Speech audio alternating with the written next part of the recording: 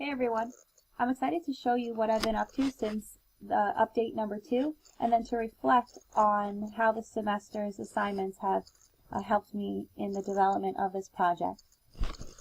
Since the last update, I've added the black borders around the screencasts. Maria suggested to do so because this white background kind of bled into the white of the blog. So I put these black borders, which kind of makes the video pop and looks really nice. I also added some videos. I always start out on the very first day of class with a video. Something about why teaching statistics. I've used videos in the past that I didn't like, but this one I really like a lot. So I added this video. And since students always have a hard time determining which hypothesis test to choose, I found a really nicely laid out video that kind of helps students pick the correct hypothesis test. So I included that also. I also moved the search from the bottom of the blog up here to the top, and I added 2 more screencasts. One is this chi-squared goodness of fit, and then I have another Rossman chance simulating confidence intervals screencast. So let me talk to you about my overall objective for this site and how I feel that I've met that. I wanted to have a site that statistics teachers could go to get ideas, to learn new apps, to find some videos that other teachers have used. And I really feel like I've met that objective. I've included 9 screencasts with 9 links to the apps, which took a lot of time, but I feel like it's really, it really came together nicely, and it's going to be really helpful for other teachers.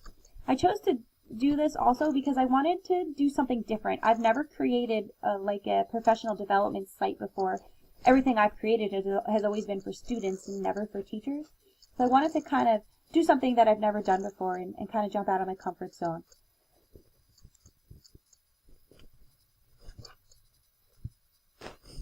The mixed digital media critique gave me the idea for this blog. I've never made a screencast before this class, and I liked it. I thought it was cool to be able to talk and manipulate the screen at the same time.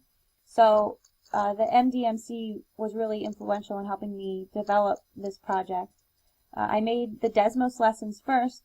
Once I posted that first screencast, the site just kind of took off, and I just kept using the same format for each of my posts, and it just really turned into something way better than I even envisioned it when I first proposed the idea. Some changes that I've noticed in myself. I feel more comfortable with technology now. I've learned Blogger, like you can't imagine. When I go back and look at my old blog, I kind of cringe a little bit because now I can add these tabs and a search, and there's a lot more things that I can do now. The header, all types of things. I didn't even really know what the header was when I first started, as sad as that is to admit. I have a newfound respect and interest in technology.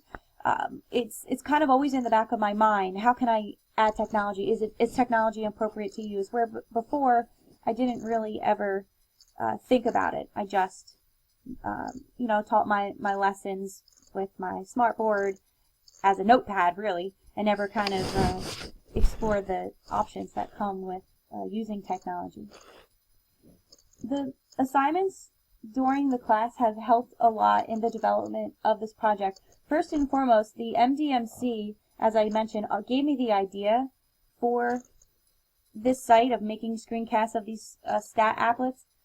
And also, I had critiqued Photoshop Express, and I used Photoshop Express to change the color of the Keep Calm and Love stat picture. Originally it was blue, and I changed it to yellow. I would have never known how to do that without the MDMC kind of forcing me to take hold of one of these editors and learn it and use it. White space has also been a significant help in the creation of my blog. I like that white space gave us specific rules. Don't fill the corners. It's okay to have white space. Don't center everything. Those specific rules kind of helped me realize some of the mistakes that I had been making when I was designing, and just making sure that I kept to those rules. Thought that was really helpful. And I also liked that it gave us rules that we can break, such as centering. I was a big offender of centering. This is centered, however, I broke that rule on purpose. But my header, it is not centered, and I know myself, and I know I would have centered this if it was, if I had done this without ever reading white space and learning that material. Let me bring you over to our blogs, because I want to run through how some of those assignments have also helped. This media critique, our very first assignment, helped because it really made me think about who my audience was and making sure that I tailored my blog to the audience, to the professional community. So I wanted to create a site that was professional, yet had a friendly appeal to it, so teachers wouldn't be overwhelmed when looking at the site. I wanted them to feel that this was usable and easily manipulated. Let me just go back down here and bring up the repetition assignment on our blogs, and then I'll work my way up through some of the assignments. This repetition assignment was one of my favorite, and I have actually gone back and looked at these a couple of times because I'm really proud of this Septemberfest the Septemberfest ad down here. I would have never created something like this. I just love how none of this is centered at all, and again, that's something that I would have totally done in the past. So I learned about not centering everything, and also about repetition of color and the repetition in the format, and that's why in my blog I repeated these colors here. The simulating confidence intervals matches the color in the title and the header there, and also the keep calm and love stat. I try to use repetition in the color again, which is something that I don't know if I would have done before, although it was pretty obvious that that blue was too mismatched. It also, this assignment also introduced me to Serif. Serif is just an editor, and I used it when I created my Septemberfest ads, and I used it for my header. And you can kind of see there's my header there. There's a lot of cool features of this editing software that I would have never known about had I not had to complete that assignment. The font assignment was also an assignment that really helped me out a lot. Here, I never really realized how fonts actually do have a voice, and I thought this was just a really cool assignment to kind of work on that, where I have this playful and crazy, and then an opposite word would be formal. And just paying attention to the fonts, I think, is really important, and this assignment really made me realize that. I also made sure that I only used 2 fonts. I tried to pick a professional looking font, just very simple. My header is a different font than in my actual blog. But that assignment really brought to life the voice that fonts do have.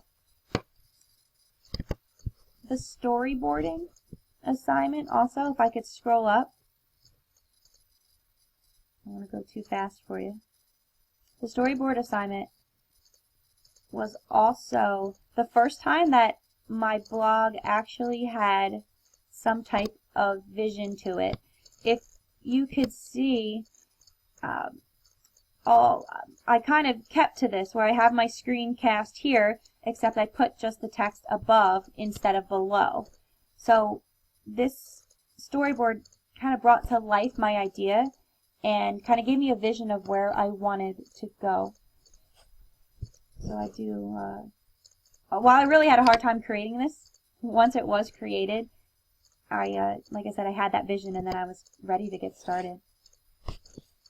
I already spoke about how white space has really helped a lot in the development of this project, but there are some other readings that I wanted to mention too. Mayer's design principles in these two articles here, and then it was summarized in the self-assessment checklist, really helped a lot.